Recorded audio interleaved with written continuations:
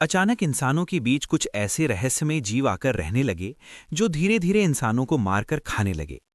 तभी एक लड़का जिसे वही रहस्यमय जीव काट लेता है और उसकी जिंदगी बदल जाती है। अब वो ना तो पूरी तरह इंसान रहता है और ना ही पूरा वो क्रिएचर बन पाता है। ऐसे में वो लड़का अपनी जिंदगी कैसे जिएगा और क्या वो कभी ठीक भी हो पाएगा? चलिए जानते हैं। हमारा मेन कैरेक्टर है कानेकी, एक गरीब लड़का जो आम सी जिंदगी जी रहा था, शर्मीला और इंट्रोवर्ट। एक दिन अपने दोस्त के साथ रेस्टोरेंट में बैठा था, तभी वहां एक बहुत ही खूबसूरत लड़की आई। कानेकी ने जैसे ही उसे देखा, उसी पल उसे उससे प्यार हो गया। उसने नोटिस किया कि वो लड़की भी वही किताब पढ़ रही थी जो कानेकी पढ़ रहा था। कानेकी बार बार उसकी तरफ देख रहा था और जब उस लड़की ने उसे मुस्कुराकर देखा तो कानेकी का लगाव और भी गहरा हो गया। बाद में दोनों ने तय किया कि अगली बार किसी और रेस्टोरेंट में मिलेंगे। अगले दिन वो मिले और काफी अच्छा वक्त गुजारा। लड़की ने अपना नाम बताया राइज। थोड़ी देर बाद उसने कानकी से कहा कि उसे घर तक छोड़ाए क्योंकि वो डर महसूस कर रही है। कानेकी मान गया और उसे उसके मोहल्ले तक छोड़ने लगा। जैसे ही वो दोनों एक अंधेरी गली में पहुंचे, कानेकी ने थोड़ा और पास जाकर कहा, उम्मीद है हम फिर मिलेंगे। अचानक राइज ने उसे गले लगा लिया और बोली, हमारी फीलिंग्स भी एक जैसी है कानेकी, मैं तुमसे प्यार करती हूँ। कानेकी ये सुनकर खुशी से पागल सा हो गया, लेकिन तभी उसने राइज से एक डरावनी ऑरा निकलते महसूस की। उसकी आंखें लाल और काली हो गईं और उसने मुंह खोलकर कानेकी को काट लिया। कानेकी हैरान रह गया और धीरे धीरे समझने लगा कि ये लड़की इंसान नहीं है। उसे वो खबरें याद आई जिनमें बताया जाता था कि घूल्स इंसानों जैसे दिखते हैं, लेकिन उनका खाना सिर्फ इंसान का मांस होता है। कानेकी जमीन पर गिर गया, बुरी तरह खून बह रहा था। राइज ने अपनी असली शक्ल दिखाई, खून से सनी हुई स्केल्स के साथ। कानेकी भागने की कोशिश करता है लेकिन वो नहीं भाग पाता। राइज ने उसे पकड़कर दीवार से दे मारा और चीर दिया। कानेकी मरने की हालत में पहुंच गया, लेकिन तभी एक चमत्कार हुआ। ऊपर से लटक रही स्टील की भारी तार टूट गई और पूरा मेटल राइज पर गिर पड़ा, जिससे उसकी वही मौत हो गई। थोड़ी देर बाद पुलिस पहुंची और कानेकी को अस्पताल ले गई। कानेकी की हालत नाजुक थी, उसके अंदरूनी अंग पूरी तरह से फट चुके थे। बिना ऑर्गन ट्रांसप्लांट के बचना नामुमकिन था। डॉक्टरों ने कोई और रास्ता ना देखकर राइस के अंग कानेकी के शरीर में ट्रांसप्लांट कर दिए। इसी वजह से कानेकी अब आधा गूल बन गया। जब होश आया तो डॉक्टर ने कहा कि वो ठीक हैं और उसे घर जाने की इजाजत है। कानेकी घर लौटा, लेकिन अंदर से घृणा और डर से भरा हुआ था। टीवी पर खबर सुन रहा था जिसमें बताया जा रहा था कि गूल्स सिर्फ इंसानों को खा सकते हैं और इंसानी खाना उनके लिए बिल्कुल बेस्वाद और उल्टी जैसा होता है। कानेकी डर गया और खुद टेस्ट करने लगा। उसने अलग अलग खाना खाया लेकिन सब उल्टी कर दी, यहाँ तक कि उसका सबसे पसंदीदा डिश भी। उसी पल उसे समझ आ गया कि वो अब गूल बन चुका है। आईने में देखा तो उसकी एक आंख लाल और काली हो गई थी। गुस्से में आकर उसने चाकू उठाया और खुद के ट्रांसप्लांटेड अंग निकालने की कोशिश की, लेकिन जैसे ही खुद को चाकू मारा, चाकू टूट गया। कानेकी सड़क पर निकला तो उस पर जबरदस्त भूख का हमला हुआ। हर इंसान को देखकर उसके अंदर उसे खाने की तीव्र इच्छा हो रही थी। अचानक उसे एक खुशबू आई, बिल्कुल वैसी ही जैसे उसकी माँ बनाया करती थी। वो दौड़ता हुआ उस खुशबू की तरफ गया, लेकिन वहां जाकर देखा कि एक गूल किसी इंसान को खा रहा है। चारों तरफ खून ही खून फैला हुआ था। कानेकी के होश उड़ गए जब उसे एहसास हुआ कि ये स्वादिष्ट खुशबू असल में इंसानी मांस की है। वो घुटनों के बल बैठकर रोने लगा। वो गूल उसे देखकर बोला, ले तू भी खा ले, हम दोनों एक जैसी हालत में हैं। और इंसान का एक टुकड़ा कानेकी की तरफ फेंक दिया। अचानक एक और गूल वहां आ गया और उस पहले वाले को मार डाला। उसने कानेकी को पकड़कर दीवार से दे मारा और बोला, कैसे हिम्मत हुई मेरी फीडिंग एरिया में घुसने की। कानेकी बचाव में बोला, मैं तो बस गुजर रहा था, मेरा कोई इरादा नहीं था। लेकिन वो गूल मानने को तैयार नहीं था और कानेकी को मारने ही वाला था। तभी एक और गूल लड़की आ गई। उसका नाम था टोका। उसने उस गूल से कहा कि कानेकी को छोड़ दे, लेकिन उसने अनसुना किया और हमला कर दिया। टोका ने अपनी जबरदस्त ताकत दिखाई और उसे एक बार में घायल कर दिया। जख्मी होकर वो गूल भाग गया और कानेकी की जान बच गई। फिर टोका ने कानेकी की तरफ मुड़कर वो कटा हुआ हाथ उठाया और बोली, अगर जरूरत है तो ले लो। कानेकी ने थोड़ा हिचकिचाते हुए हाथ बढ़ाया, लेकिन आखिर में पीछे हट गया और बोला, नहीं नहीं, मैं ये नहीं कर सकता, मैं गूल नहीं हूं, मैं अंदर से इंसान हूं। लेकिन अंदर ही अंदर कानेकी अपने गूल इंस्टिंक्ट से लड़ रहा था, जो उसे जबरदस्ती खाने पर मजबूर कर रहे थे। वो जोर जोर से रोने लगा, अपनी ही अंदर की लड़ाई से टूट चुका था। टोका ने उसे देखा और कहा, अगर तू खाने से इनकार करेगा तो मैं तेरी मदद करूंगी। वो पास आई और जबरदस्ती मांस का टुकड़ा उसके मुंह में ठूस दिया।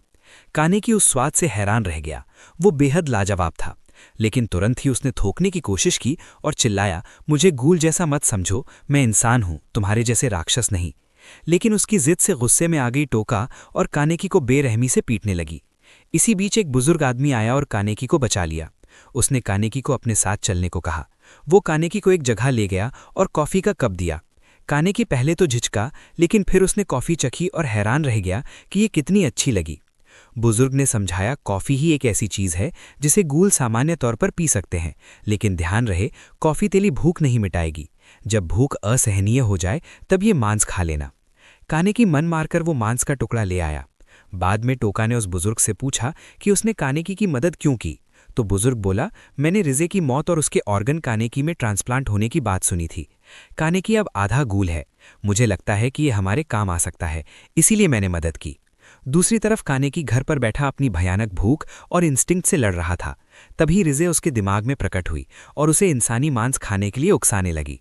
वो उसके कानों में अंधेरे विचार भरती रही जब तक कि कानेकी ने मांस वाला बैग उठा नहीं लिया। लेकिन तभी उसके दोस्त का फोन आ गया और वो शांत हो गया। अगले दिन कानेकी स्कूल गया और देखा कि उसके सारे दोस्त मजे से खाना खा रहे हैं। ये देखकर उसे और ज्यादा अफसोस हुआ। बाद में उसका दोस्त उसे एक नए कोवर्कर और यूनिवर्सिटी के छात्र से मिलवाने ले गया। जैसे ही दरवाजा खुला, कानेकी दंग रह गया। वो नया लड़का वही गूल था जिसने पहले उस पर हमला किया था। दोनों एक दूसरे को देखकर हैरान रह गए। वो गूल बोला, मेरा नाम निशियो है, तुमसे मिलकर खुशी हुई कानेकी। फिर सब बाहर गए और निशियो ने पेस्ट्रीज खरीदी।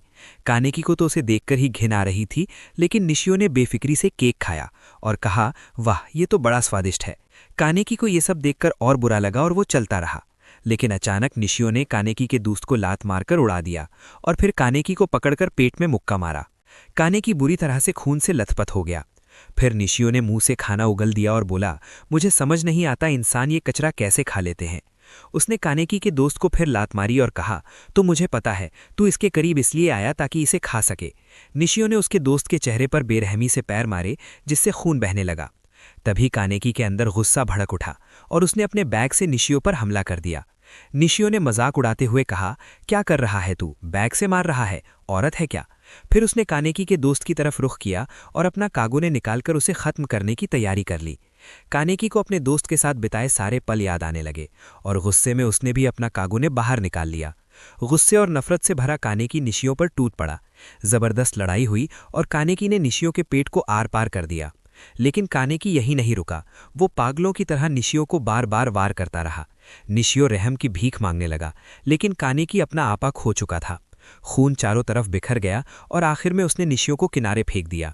फिर कानेकी अपने दोस्त के पास गया, लेकिन उसके दिमाग में फिर रिजे की आवाज़ गूंजने लगी, देख कितना ताज़ा और स्वादिष्ट है, खा ले इसे और मजा ले। कानेकी अपने दोस्त को खाने ही वाला था, लेकिन फिर रुक गया और बोला, ये मेरा सबसे अच्छा दोस्त है। रिजे हंसकर बोली, ठीक यही वजह है कि तुझे इसे खाना चाहिए। वो उसे और मैनिपुलेट करने लगी और कानेकी धीरे धीरे हार मानने लगा। लेकिन तभी टोका आ गई और बोली, तू ही कह रहा था ना कि तू हम जैसा नहीं है और अब अपने दोस्त को खाने वाला है। कानेकी गुस्से से बोला, मेरे रास्ते से हट जा वरना मैं तुझे मार डालूंगा। टोका ने अपना कागुने निकाला और सिर्फ एक वार में कानेकी को बेहोश कर दिया। जब कानेकी की आंख खुली तो उसे मुंह में खून का स्वाद महसूस हुआ। तभी बूढ़ा आदमी कमरे में आया। कानेकी ने उससे अपने दोस्त के बारे में पूछा। वो उसे उसके दोस्त के पास ले गया और भरोसा दिलाया कि वो ठीक है। कानेकी रोते हुए कहा, भूख ने मुझे पूरी तरह काबू कर लिया था। अगर टोका बीच में ना आती तो मैं अपने दोस्त को खा जाता, लेकिन अब भूख चली गई है और मेरे मुंह पर खून के निशान हैं। सच बताओ, जब मैं बेहोश था तुमने मेरे साथ क्या किया। बूढ़ा आदमी बोला, ये जानना तेरे लिए बेहतर नहीं होगा। उस पल कानेकी को समझ आ गया कि उसने इंसानी मांस खा लिया है। वो टूटकर रोने लगा और बोला, अगर मैं अपने दोस्त के साथ रहूंगा तो मुझे नहीं पता कि वो मेरे साथ सुरक्षित रहेगा या नहीं, इसीलिए मुझे उससे दूर रहना होगा। मैं ना इंसानों की दुनिया का हूं और ना ही गूल्स की।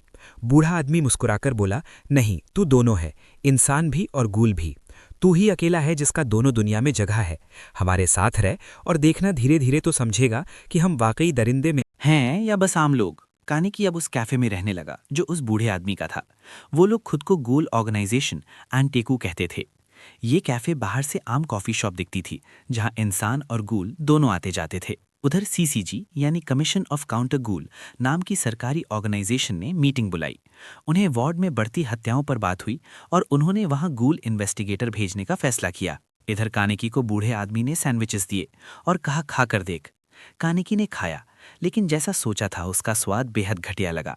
बूढ़ा आदमी आराम से सैंडविच खा गया और बोला, बस प्रैक्टिस की ज़रूरत है, धीरे धीरे तो इंसानी खाना भी खा पाएगा, लेकिन याद रख, ये खाना पेट से निकालना पड़ेगा वरना नुकसान करेगा। उसने कानेकी को शुगर क्यूब्स दिए और कहा, भूख लगे तो इसे कॉफ़ी में डालकर पी लेना। कानेकी ने पूछा, ये बने किससे हैं? बूढ़ा आदमी बोला, ये जानना तेरे लिए बेहतर नहीं होगा। फिर उसने कहा कि अब टोका की जगह उसे खाना लाने का काम करना होगा, क्योंकि टोका पढ़ाई में बिजी है। कानेकी ने झिझकते हुए कहा, मैं किसी को मारकर खाना नहीं ला सकता। बूढ़े आदमी ने समझाया, तुझे किसी को मारना नहीं होगा, वहां जाकर सब संभल जाएगा। फिर कानेकी आंटेकू के एक और मेंबर के साथ दूर एक जगह गया। वो ऊंची चट्टान के पास पहुंचे। कानेकी पैर फिसलने से नीचे गिर पड़ा, लेकिन उसने अपना कागुने निकालकर खुद को बचा लिया। वहां उसने इंसान की लाश देखी और डर गया। साथ आया आदमी नीचे उतरा और बोला, कई लोग यहाँ आकर खुदकुशी करते हैं, हम बस उनकी लाशें इस्तेमाल करते हैं। उसने कानेकी को लाश को बैग में डालने को कहा। कानेकी झिझका, लेकिन वो आदमी मरे हुए इंसान के लिए दुआ करने लगा, जिससे कानेकी थोड़ा शांत हो गया। इसी बीच सीसीजी के इन्वेस्टिगेटर्स ने गूल्स का शिकार शुरू कर दिया। उनकी स्किल इतनी डरावनी की कि किसी गूल के लिए उनसे भिड़ना नामुमकिन लग रहा था। बाद में कानेकी आंटेकू के एक कमरे में गया और देखा कि एक लड़की खा रही थी। चारों तरफ खून फैला हुआ था। कानेकी डर गया और तुरंत माफी मांगकर दरवाजा बंद कर दिया। किसी ने उसे समझाया, गूल्स को खाते वक्त कोई देख ले तो अच्छा नहीं लगता, खासकर लड़कियों को। कानेकी फिर माफी मांगते हुए उस लड़की के लिए कॉफी ले आया। लड़की ने उसकी माफी स्वीकार कर ली। धीरे धीरे कानेकी उसे जानने लगा। उसका नाम हिनामी था। वो अपनी माँ के साथ आंटीकू में रहती थी। हिनामी बहुत खुश हो जाती है जब कानेकी उससे बातें करने लगता है और उसे लिखना सिखाने लगता है। एक दिन शुकियामा नाम का आदमी कैफे में आता है। वो कानेकी के पास जाकर उसे सूंघता है और कहता है, तुम्हारी खुशबू तो कमाल है, बाद में मिलते हैं मेरे प्यारे कानेकी। उसका व्यवहार काफी शक्की लगता है और होका भी कानेकी को उससे दूर रहने की चेतावनी देता है। बाद में कानेकी टोका के कमरे में जाता है और दोनों बातें कर रहे होते हैं। तभी उसकी दोस्त आ जाती है। कानेकी को वहां देखकर वो चौंक जाती है और गलत समझ बैठती है। गुस्से में वो टोका के लिए बनाया हुआ खाना वहीं छोड़कर बाहर निकल जाती है। कानेकी टोका से पूछता है कि अब वो इस खाने का क्या करेगी। टोका कहती है, उसने बहुत मेहनत से बनाया है, मैं ज़रूर खाऊंगी। और फिर वो खाना खा लेती है, भले ही वो उसे सूट नहीं करता। ये देखकर कानेकी हैरान रह जाता है और समझता है कि टोका का दिल सच में बहुत अच्छा है। अगले दिन शुकियामा यूनिवर्सिटी पहुंचता है और कानेकी से बातें करके करीब आने की कोशिश करता है। वो कहता है, वैसे मैं भी वही किताब पढ़ रहा हूँ जो तुम पढ़ रहे हो, क्यों ना हम दोनों साथ लाइब्रेरी चलें। कानेकी को टोका की चेतावनी याद आती है और वो मना कर देता है, सॉरी मैं नहीं आ सकता। शुकियामा अफसोस जताते हुए कहता है, कोई बात नहीं, माफ़ करना अगर तुम्हें बुरा लगा हो, लेकिन तुम ही एक हो जो मेरे जैसे हो। ज़्यादातर गूल्स को पढ़ने में दिलचस्पी नहीं होती और मैं चाहता था कि कोई दोस्त मिले जिससे मैं अपनी पसंदीदा बातें शेयर कर सकूं। शुकियामा की बातों से कानेकी पिघल जाता है और उसके साथ जाने के लिए तैयार हो जाता है। तभी शुकियामा एक खतरनाक हंसी छोड़ता है। बाद में दोनों लाइब्रेरी जाते हैं। वहाँ गलती से कानेकी की उंगली कट जाती है। शुकियामा उसे रुमाल देता है और बहाने से वॉशरूम चला जाता है। अंदर जाकर वो कानेकी के खून की खुशबू सूंघते हुए पागलपन की हद तक पहुंच जाता है। देखा था ना भाई, शुरू से ही ये बंदा संदिग्ध लग रहा था। इसके बाद शुकियामा कानेकी को पार्टी के लिए बुलाता है। कानेकी सूट पहनकर तैयार होता है और पार्टी में पहुंचता है। अचानक अंधेरा छा जाता है और कानेकी खुद को स्टेज जैसी जगह पर पाता है। शुकियामा अपनी असली चाल दिखाता है। वो कानेकी को बाकी मेहमानों के लिए शिकार मील बनाना चाहता है। वो भीड़ में कानेकी के खून की खुशबू वाला रुमाल फेंकता है और कहता है, सूंघो, समझ जाओगे ये कितना लजीज है। भीड़ उत्साहित हो जाती है और शोर शुरू हो जाता है। एक विशालकाय दानव जैसे गूल को कानेकी पर छोड़ दिया जाता है। कानेकी भागने की कोशिश करता है लेकिन दरवाजे बंद होते हैं। दानव उस पर जोरदार वार करता है जिससे उसका सिर तक फटने लगता है। कानेकी पूरी कोशिश करता है बचने की, मगर बेबस हो जाता है और जमीन पर गिर पड़ता है। दानव उसे पकड़कर गला दबाता है, मानो उसकी गर्दन ही तोड़ देगा। इसी पल कानेकी अपनी गूल पावर्स का इस्तेमाल करता है और जबरदस्त पंच मारकर उस दानव को उड़ाकर पटक देता है। सब लोग हैरान रह जाते हैं, खासकर शुकियामा जब कानेकी की एक आंख वाली गूल फॉर्म देखता है। वन आइड गूल्स बेहद दुर्लभ होते हैं और उनकी ताकत असाधारण होती है। शुकियामा तो जैसे पागल हो जाता है। वो सबको हटाकर कानेकी के पास आता है और माफी मांगता है। फिर मन ही मन कसम खाता है कि अब किसी और को कानेकी का मांस चखनी नहीं देगा, क्योंकि उसे खुद कानेकी को खाना है। बाद में कानेकी सड़क पर घूम रहा होता है जब वो कुछ गुंडों को एक शख्स को बेरहमी से मारते देखता है। पास जाकर उसे पता चलता है कि वो निशिकी है। कानेकी शांतिपूर्वक समझाने की कोशिश करता है, मगर एक गुंडा उसके चेहरे पर घूंसा मारता है। इसके बाद सब उस पर टूट पड़ते हैं, लेकिन कानेकी आसानी से उनके वारों से बच जाता है। उसे एहसास होता है कि उसकी स्किल्स काफी बेहतर हो चुकी हैं। वो एक जबरदस्त वार से एक गुंडे को बेहोश कर देता है। इसके बाद कानेकी निशिकी को उसके घर छोड़ता है। निशिकी हैरान होकर पूछता है, तुम मेरी मदद क्यों कर रहे हो, जबकि मैं तो पहले तुम्हें मारने ही वाला था। तभी उसकी पत्नी दरवाजा खोलती है। निशिकी कहता है, देखो, यही वो लड़का है जिसने मुझे लगभग मार ही दिया था और आज यही मेरी मदद कर रहा है। अजीब है ना जिंदगी। फिर कानेकी निशिकी की पत्नी से पूछता है, तुम उसके साथ कैसे रह सकती हो, जबकि तुम्हें पता है कि वो एक गूल है जो लोगों को मारता है। वो जवाब देती है कि उसने उससे प्यार किया है और जब तक वो उसके परिवार को नुकसान नहीं पहुंचाता तब तक वो उसकी ये सच्चाई नजरअंदाज करना चाहती है। थोड़ी देर बाद जब निशिकी चल रही होती है तभी अचानक उसका अपहरण हो जाता है। अपहरण करने वाला और कोई नहीं बल्कि शुकी ही निकलता है। जब कानेकी घर लौटता है तो उसे शुकी का एक नोट मिलता है जिसमें लिखा होता है कि अगर अपनी औरत को वापस पाना है तो मेरे पास आ जाओ। तभी निशिकी आता है और ये सब जानकर कानेकी के साथ जाने का फैसला करता है। शुकी उस औरत को चर्च में बंदी बनाए रखता है। जैसे ही कानेकी और निशी पहुंचते हैं लड़ाई शुरू हो जाती है। शुकी अपनी जबरदस्त ताकत दिखाता है और कानेकी पर ताबड़तोड़ वार करता है। उसे लगभग तोड़कर रख देता है। अचानक टोआ वहां आती है और शुकियामा पर जोरदार वार करती है जिससे उसके चेहरे पर गहरा निशान पड़ जाता है।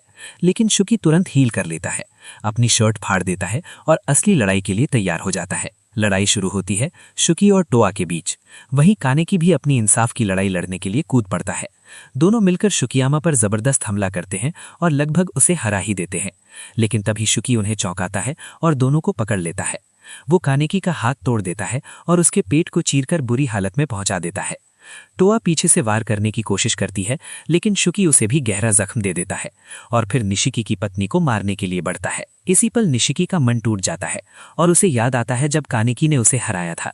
बुरी तरह घायल हालत में जब वो घर लौटा था और भूख से तड़प रहा था तब उसकी पत्नी पास आई थी। उस वक्त निशिकी अपना आपा खो बैठा था और लगभग उसे ही खा जाता। वो चौंक कर पूछती है, क्या तुम घू हो? निशिकी सोचता है अब सब खत्म हो गया क्योंकि उसकी पत्नी उसे जरूर उजागर कर देगी, लेकिन वो उसे हैरान कर देती है। अपनी शर्ट उतार कर कहती है, लो खा लो। निशिकी उसके पास जाता है और काटता है, लेकिन तभी वो कहती है, तुम ही वो इंसान हो जिसने मुझे कभी अहमियत दी। मेरे परिवार के मर जाने के बाद मेरे पास कुछ भी नहीं था। मैं तो मरने ही वाली थी, लेकिन तुम मिले और मेरी जिंदगी की वजह बने। अगर मेरी जान से तुम बच सकते हो तो ले लो। ये सुनकर निशिकी भावुक हो जाता है और उसे छोड़ देता है। अब सीन वापस आता है वर्तमान में, जहां गुस्से से भरा हुआ निशी लगातार शुकी पर हमला करता है, लेकिन हर बार शुकी उसे पछाड़ देता है और जमीन पर पटक देता है। बार बार चोट खाने के बावजूद निशिकी हार नहीं मानता। आखिरकार शुकी उसके पेट में गहरा वार करता है और उसे फिर से गिरा देता है। शुकी जैसे ही निशिकी की पत्नी की तरफ बढ़ता है, निशिकी उसे पकड़कर कहता है, मैं तुझे उसे छूने नहीं दूंगा। शुकी उसे उठाता है और मारने ही वाला होता है कि तभी कानेकी बीच में आ जाता है। असल में कानेकी और टोआ ने पहले से और अपनी कागुने निकालकर सुकी पर जोरदार वार करती है जिससे वो जमीन पर जा गिरता है। सुकी भागकर निशिकी की पत्नी तक पहुंचने की कोशिश करता है ताकत हासिल करने के लिए, लेकिन निशिकी उसका रास्ता रोक लेता है। सुकी उसे लातों से मारता है, लेकिन इसी बीच टोका मौका पाकर उसका हाथ काट देती है। सुकी जमीन पर गिर पड़ता है और लड़ाई वहीं खत्म हो जाती है। इसके बाद निशिकी अपनी पत्नी को संभालने जाता है, लेकिन टोका रोक देती है और कहती है, इस औरत ने हमें देख लिया है, अब ये जिंदा नहीं रह सकती, वरना हमें रिपोर्ट कर देगी। मैं अभी इसे मार दूंगी। निशिकी अपनी पत्नी को बचाने की कोशिश करता है, लेकिन टोका उसे बार बार छुरा घोंक देती है और बेकार कर देती है। जब औरत की आंखों से पट्टी हटती है और वो टोका को देखती है तो कहती है, तुम बहुत खूबसूरत हो। ये सुनकर टोका हैरान रह जाती है और उसे छोड़कर वहां से चली जाती है। बाद में टोका अकेले बैठी सोचती है कि मैं कभी खूबसूरत नहीं हो सकती। इन घटनाओं के बाद जिंदगी धीरे धीरे नॉर्मल होने लगती है और निशिकी भी ग्रुप में शामिल होकर उनके साथ काम करने लगता है। उधर एमी अपनी माँ से रोते हुए कहती है कि उसे अपने पापा से मिलना है। छोटी बच्ची दौड़कर बाहर निकल जाती है और फिर कहानी नया मोड़ लेती है। हमें उसके पापा दिखाई देते हैं जो एक मेडिकल क्लिनिक में काम कर रहे होते हैं। अचानक एक ताकतवर आदमी बिना चेतावनी के अंदर घुस आता है और जबरदस्त मुक्का मारकर उसे जमीन पर गिरा देता है।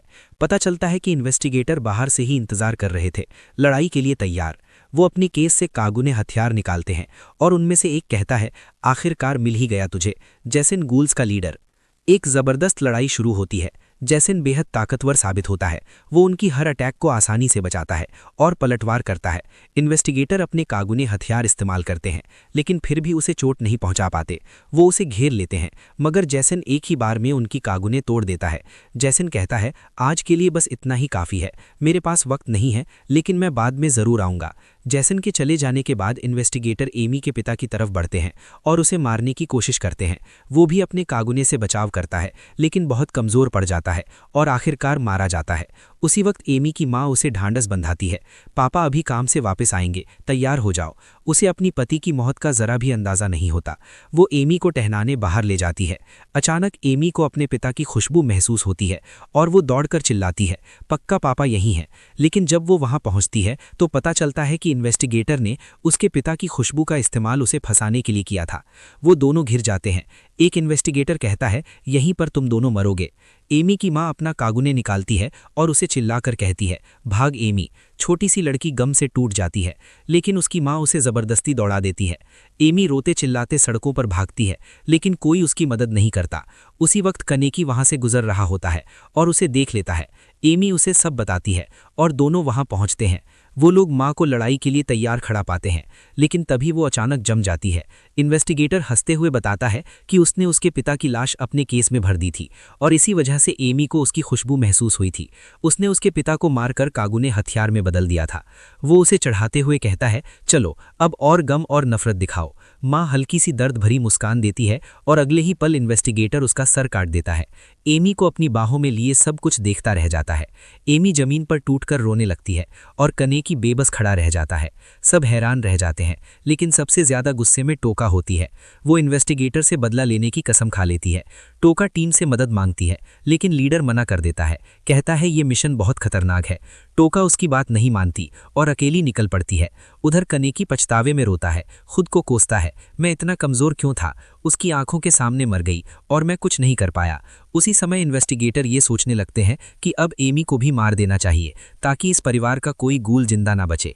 कुछ देर बाद इन्वेस्टिगेटर का असिस्टेंट अपनी जगह से निकलता है। टोका उसे दूर से देख रही होती है। असिस्टेंट एक रेस्टोरेंट में पहुंचता है और अपने दो साथियों से हंसते बतियाते मिलता है। बाद में वो वहां से निकलता है। तभी टोका अचानक प्रकट होती है और पहले वाले को मार देती है। वो दूसरे पर बढ़ती है, लेकिन इन्वेस्टिगेटर समय पर पहुंच जाता है और उसे बचा लेता है। टोका और इन्वेस्टिगेटर के बीच जबरदस्त लड़ाई छिड़ जाती है और शुरुआत में टोका उसे पछाड़ देती है, लेकिन तभी उनका लीडर आ जाता है। वो एमी और उसकी मां का मजाक उड़ाते हुए टोका को गुस्से में भड़का देता है। गुस्से में टोका लापरवाही से अटैक करती है और वो उसे गिरा देता है। टोका मजबूर होकर पीछे हट जाती है। घर लौट के टोका देखती है कि एमी अपनी मां के गम में रो रही है। टोका थोड़ी देर के लिए उसे अकेला छोड़ देती है, लेकिन जब वापस आती है तो दंग रह जाती है। एमी अपने कमरे से गायब होती है। अब टोका और कनेकी पागलों की तरह उसे हर जगह ढूंढने लगते हैं, लेकिन उनकी सारी कोशिशें बेकार जाती हैं। उधर एमी एक छोड़े हुए टनल में पहुंचती है, जहां उसे अपनी मां की लाश एक बैग में भरी हुई मिलती है। वो जोर से चीख पड़ती है, जिसकी गूंज पूरे इलाके में फैल जाती है। टोका भागती हुई उसके पास पहुंचती है, जबकि कनेकी नोटिस करता है कि ऊपर से इन्वेस्टिगेटर आ रहा है। कनेकी उसके सामने कूद जाता है और कहता है कि वो एमी को नुकसान नहीं पहुंचने देगा। टोका एमी तक पहुंचती है और देखती है कि वो बैग पकड़े हुए है। वो पूछती है, तेरे हाथ में क्या है? एमी रोते हुए जवाब देती है, ये मेरी माँ है और मैं इन्हें कभी नहीं छोड़ूंगी। हमने क्या गुनाह किया? क्या सिर्फ जिंदा रहना ही जुर्म है? वो उसे गले लगाती है और दोनों फूट फूट कर रोने लगते हैं। इसी गम और दर्द भरे माहौल में अचानक इन्वेस्टिगेटर प्रकट होता है और ताना मारता है, क्या तुमने अपनी माँ को मिस किया? तुम्हें मेरा दिया गिफ्ट कैसा लगा? ये सुनकर टोका का गुस्सा फूट पड़ता है। उसी वक्त कनेकी अपना मास्क पहनकर इन्वेस्टिगेटर से भिड़ जाता है। कनेकी कोशिश करता है कंट्रोल में रहने की और उसे ज्यादा नुकसान ना पहुंचाने की, लेकिन इन्वेस्टिगेटर उस पर जोरदार वार करता है। फिर वो अपना कागुने निकालकर कनेकी को जोर से दूर फेंक देता है। इसी बीच टोका दूसरे इन्वेस्टिगेटर से लड़ रही होती है, जो अंधाधुंध कागुने चला रहा था, लेकिन उसे ध्यान ही नहीं रहता कि वो तंग जगह है और चारों तरफ खंभे हैं। उसका कागुने फंस जाता है और मौका देखकर टोका उसे जोरदार वार मारकर दीवार से दे मारती है। तभी इन्वेस्टिगेटर कनेकी की तरफ देखकर कहता है, मैं हमेशा से तुम जैसे गूल से एक सवाल पूछना चाहता था। तुम इंसानों को खाते हो, उनके परिवार और चाहने वालों की परवाह किए बिना। ऐसे जीने का हक तुम्हें किसने दिया? तुम लोग सिर्फ दरिंदे हो। उसी वक्त टोका अपने दुश्मन से कहती है, मेरी दोस्त को भी तुम्हारे जैसे लोगों ने मार डाला। वो दिल की कितनी अच्छी थी, उसने कभी किसी इंसान को नहीं मारा, फिर उसे क्यों मारा गया? इन्वेस्टिगेटर कनेकी से कहता है, मेरे दोस्त को भी अभी टोका ने मार डाला, क्यों? सिर्फ इसलिए कि वो इन्वेस्टिगेटर था या फिर इसलिए कि वो इंसान था? यानी दोनों तरफ का दर्द एक जैसा था। हर कोई सामने वाले को राक्षस समझ रहा था और कोई भी एक दूसरे का नजरिया नहीं समझ पा रहा था। सिर्फ कनेकी ही था जो दोनों तरफ का दर्द समझ सकता था। वो इंसानों और गूल्स दोनों के बीच खड़ा था। तभी इन्वेस्टिगेटर एमी की मां का कागुने निकालता है और उससे टोका को पीछे धकेल देता है। ये देखकर एमी सन्न रह जाती है। इन्वेस्टिगेटर हंसते हुए कहता है, पहचाना, ये तेरी मां का कागुने है। एमी दर्द और गम से चीख उठती है। टोका अपना आपा खो देती है और उस पर हमला करती है, लेकिन इन्वेस्टिगेटर उसके पेट में वार करता है और मजाक उड़ाते हुए कहता है, तो अब किस कागुने से मरना चाहोगी, मम्मी के या डैडी के? कनेकी इन्वेस्टिगेटर से कहता है, गूल्स और इंसान दोनों ही गलत हैं। ये लड़ाई अब खत्म होनी चाहिए। हमें शांति से साथ रहने का रास्ता ढूंढना होगा। लेकिन इन्वेस्टिगेटर उसकी बातों को नकार देता है और जोरदार वार मारकर कनेकी को दूर फेंक देता है। वो कहता है, मेरे पास इन बकवास बातों का समय नहीं है। कनेकी गुस्से में जवाब देता है, ठीक है, अब मैं तुम्हें समझाऊंगा। वो अपनी गूल्स पावर अनलॉक करता है और इन्वेस्टिगेटर पर टूट पड़ता है, यहाँ तक कि उसे काट भी लेता है। लड़ाई में कनेकी इन्वेस्टिगेटर को हरा देता है और उसका कागुने भी तोड़ देता है। कनेकी कहता है, अब ये लड़ाई खत्म हो गई, बिना कागुने के तू लड़ नहीं सकता।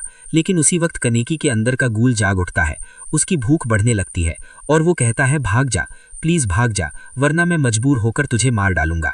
इन्वेस्टिगेटर भागने से इनकार कर देता है और फिर हमला करता है, लेकिन कनेकी एक ही बार में उसे दूर फेंक देता है।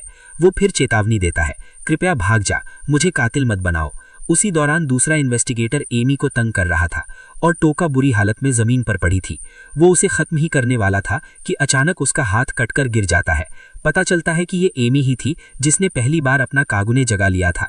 वो चिल्लाती है, मेरे माँ बाप के कागुने का इस्तेमाल ऐसी गंदी हरकतों के लिए करने की हिम्मत मत करना। एमी पूरी ताकत से उस इन्वेस्टिगेटर पर हमला करती है। वो उसका पैर काटकर उसे जमीन पर दे मारती है। इन्वेस्टिगेटर हैरान रह जाता है और कहता है, मैं तेरा कागुने ले लूंगा। टोका चिल्लाती है, मार डाल इसे, एमी खत्म कर दे। लेकिन एमी आंसू पोंछते हुए कहती है, नहीं, मैं इसे नहीं मारना चाहती। बदला लेने से मेरे माँ बाप वापस नहीं आएंगे और ना ही मुझे कोई सुकून मिलेगा। इन्वेस्टिगेटर हंसते हुए उससे कहता है, तू सही कह रही है, फैमिली को हमेशा साथ होना चाहिए। तो अब मैं तुझे भी तेरे मम्मी पापा के पास भेज देता हूँ। लेकिन तभी टोका ने अचानक वार किया और उसे घातक चोट मार दी।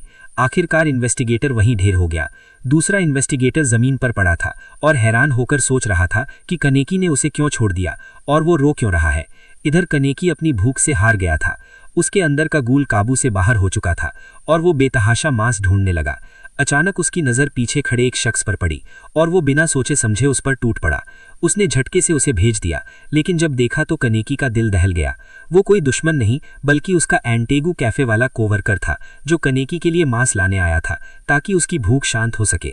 यहीं पर यह भयानक लड़ाई खत्म हो जाती है। हर कोई अपनी अपनी जगह लौट जाता है। वो इन्वेस्टिगेटर सुरंग के अंदर आता है, अपने बॉस की लाश उठाता है, धीरे से उसकी आंखें बंद करता है और कड़वे आंसुओं के साथ फूट फूट कर रो करता है। और यहीं इस कहानी का ये हिस्सा खत्म होता है। लेकिन अगले पार्ट में कहानी पूरी तरह पलट जाएगी। तुम देखोगे कनेकी के कैरेक्टर में जबरदस्त बदलाव, जहां वो बन जाएगा एक अनस्टॉपेबल फोर्स। अगर तुम पार्ट 2 देखना चाहते हो तो मुझे कमेंट में जरूर बताना। मैं वादा करता हूं इस हफ्ते ही अगला पार्ट रिलीज कर दूंगा। तब तक के लिए मिलते हैं जल्दी।